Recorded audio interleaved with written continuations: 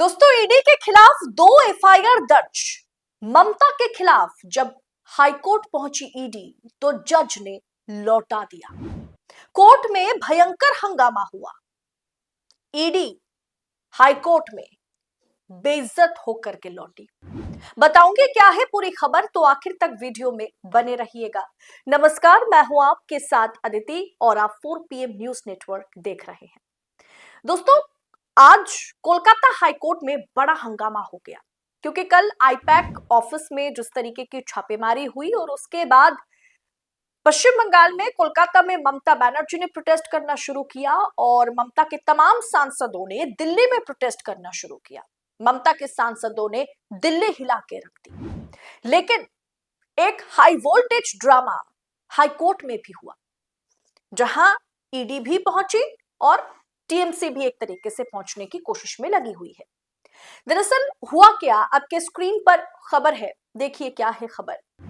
ममता ने ईडी के खिलाफ 2 एफआईआर कराई। टीएमसी के आईटी सेल पर रेड की थी। ममता के खिलाफ एफआईआर की याचिका, हाईकोर्ट में हंगामा।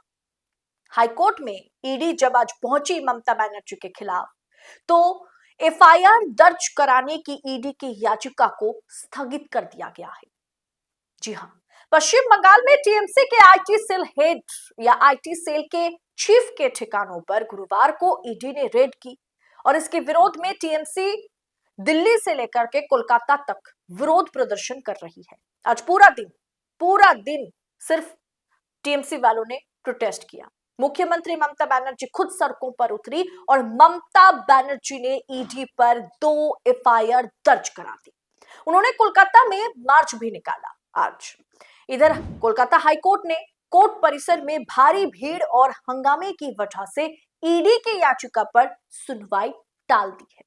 याचिका में ममता बनर्जी के खिलाफ छापेमारी के दौरान हस्तक्षेप करने के आरोप में एफआईआर दर्ज कराने की मांग की गई थी। यानी ममता बनर्जी के खिलाफ ईडी एफआईआर करना चाहती थी और एफआईआर करने के लिए ईडी जब आज कोलकाता हाईकोर्ट पहुंची तो जज ने उन्हें लौटा दिया।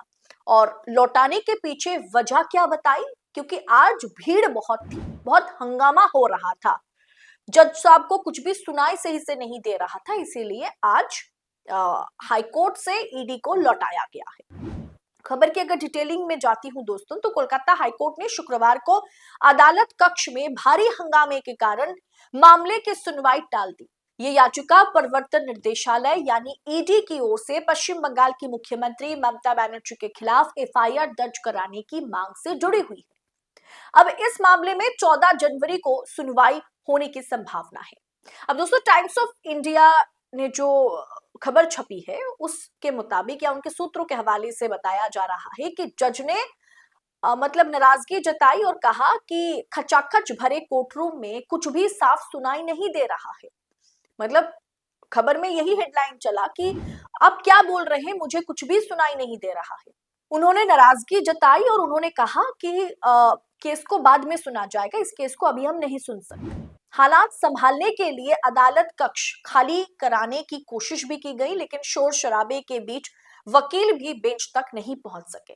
इससे पहले दिन में ईडी ने पश्चिम बंगाल पुलिस पर मुख्यमंत्री ममता बनर्जी के साथ मिलीभगत करने का आरोप लगाया, जिसमें कहा गया है कि पुलिस ने 8 जनवरी को कोलकाता में चलाए गए एक तलाशी अभियान के दौरान उसके अधिकारियों को बाधा पहुंचाई और कानून की घोर अवहेलना की।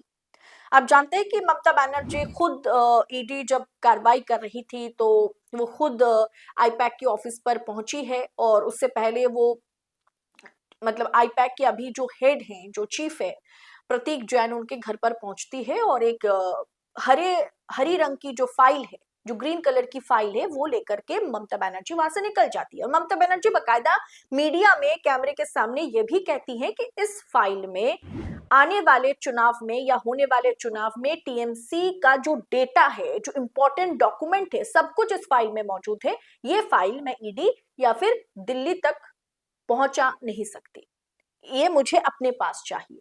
और यही फाइल वो लेकर के निकल जाती है। वहां से। तो इसी को लेकर के ईडी जो है, ईडी का कहना है कि कोलकाता पुलिस और ममता बनर्जी ने हमारे काम में बाधा का काम किया, इसीलिए हम उनके खिलाफ एफआईआर दर्ज कराना चाहते हैं। लेकिन आज भीड़ इतनी थी कि कोर्ट में ये केस रजिस्टर नहीं किया गया। लेकिन ममता बनर्जी ने ईडी के खिलाफ चुनाव से पहले राजनीतिक कार्रवाई करने के लिए 2 एफआईआर दर्ज करा दी। अब दोस्तों, ये पहली मर्तबा नहीं है, ये पहली मर्तबा नहीं है। इससे पहले भी पिछले 7 साल में 7 बार ममता बनर्जी वर्सेस दिल्ली की जांच एजेंसियों के बीच लड़ाई हुई है। ममता वर्सेस दिल्ली की जांच एजेंसियां आमने सामने आई हैं, लेकिन कभी कुछ ठोस ममता के खिलाफ वो जुटा नहीं पाई, चाहे ईडी हो चाहे सीबीआई हो। रिपोर्ट मैं आपके सामने रखती हूं, दैनिक भास्कर की एक इन डिटेल रिपोर्ट है।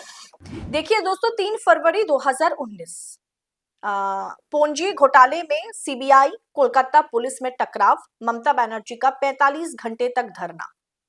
इसके बाद 17 मई 2021 में, मतलब हर साल आप देखेंगे कि चुनाव से ठीक पहले 17 मई 2021 को नारदा स्टिंग केस में सीबीआई ने टीएमसी नेताओं को गिरफ्तार किया। ममता का सीबीआई दफ्तर के बाहर 6 घंटे धरना।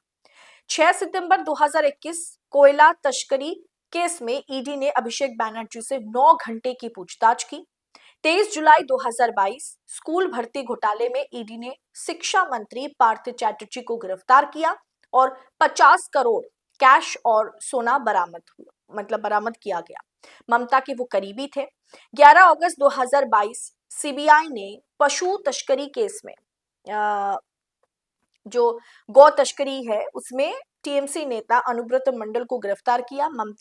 कहा जाता है कि ममता ने उनका बचाव किया था। 27 अक्टूबर 2023 राशन घोटाले में ईडी ने तत्कालीन मंत्री ज्योतिप्रिया मल्लिक को गिरफ्तार किया। 20 घंटे तक पूछताछ हुई।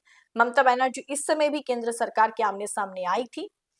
8 जनवरी 2026 यानी कल ईडी का टीएमसी आईटी सेल हेड प्रतीक जैन के घर पर या उनके ऑफिस पर ईडी ने छापेमारी की। दोनों जगह पर ममता बनर्जी मौके पर पहुंची। आरोप ईडी ने ये लगाया कि ममता बनर्जी ने बाधा सृष्टि किया या बाधा का काम किया है। अब दोस्तों, जैसे मैंने आपसे कहा कि ये पहली मर्तबा नहीं है जब ममता बनर्जी ने इस तरीके से ईडी के खिलाफ अपनी जो नाराजगी है वो जताई है। इससे पहले भी ईडी हो, सीबीआई हो, ममता के आमने सामने ये जांच एजेंसियां आई है और हमेशा से, चाहे लोकसभा चुनाव आप देख लीजिए, चाहे आप विधानसभा चुनाव देख लीजिए, 2019 लोकसभा चुनाव देख लीजिए, हमेशा चुनाव से पहले आप जानते हैं कि किस तरीके से मोदी की सरकार जांच एजेंसियों को एक्टिव कर देती है। लेकिन आज ईडी के खिलाफ ममता बनर्जी ने 2 एफआईआर दर्ज कराई और ममता के खिलाफ जब एफआईआर दर्ज कराने के लिए हाईकोर्ट पहुंची ईडी, तो जज ने उन्हें शोर शराबे के कारण, बहुत ही खचाखच भीड़ थी, जज को सही से सब कुछ सुनाई नहीं दे रहा था, इसलिए उन्होंने आज ईडी को लौटा दिया है। अब 4-5 दिन बाद ही इस पर सुनवाई होगी, यानी कहीं ना कहीं एफआईआर जो है उसे टाला गया है। इस अपडेट पर आपकी राय क्या है? कमेंट बॉक्स में अपनी राय हमारे साथ शेयर करें। ऐसी तमाम खबरों पर आपकी टीका टिप्पणी और जो कुछ भी पश्चिम बंगाल में, कोलकाता में हुआ है, इस पर आपकी राय कमेंट बॉक्स में हमें बताइएगा, क्योंकि आपकी हर एक राय हमारे लिए बड़ा महत्वपूर्ण है। इस रिपोर्ट में इतना ही, जल्द मिलती हूँ। बहुत बहुत शुक्रिया आप सभी का। जय हिंद, जय भारत।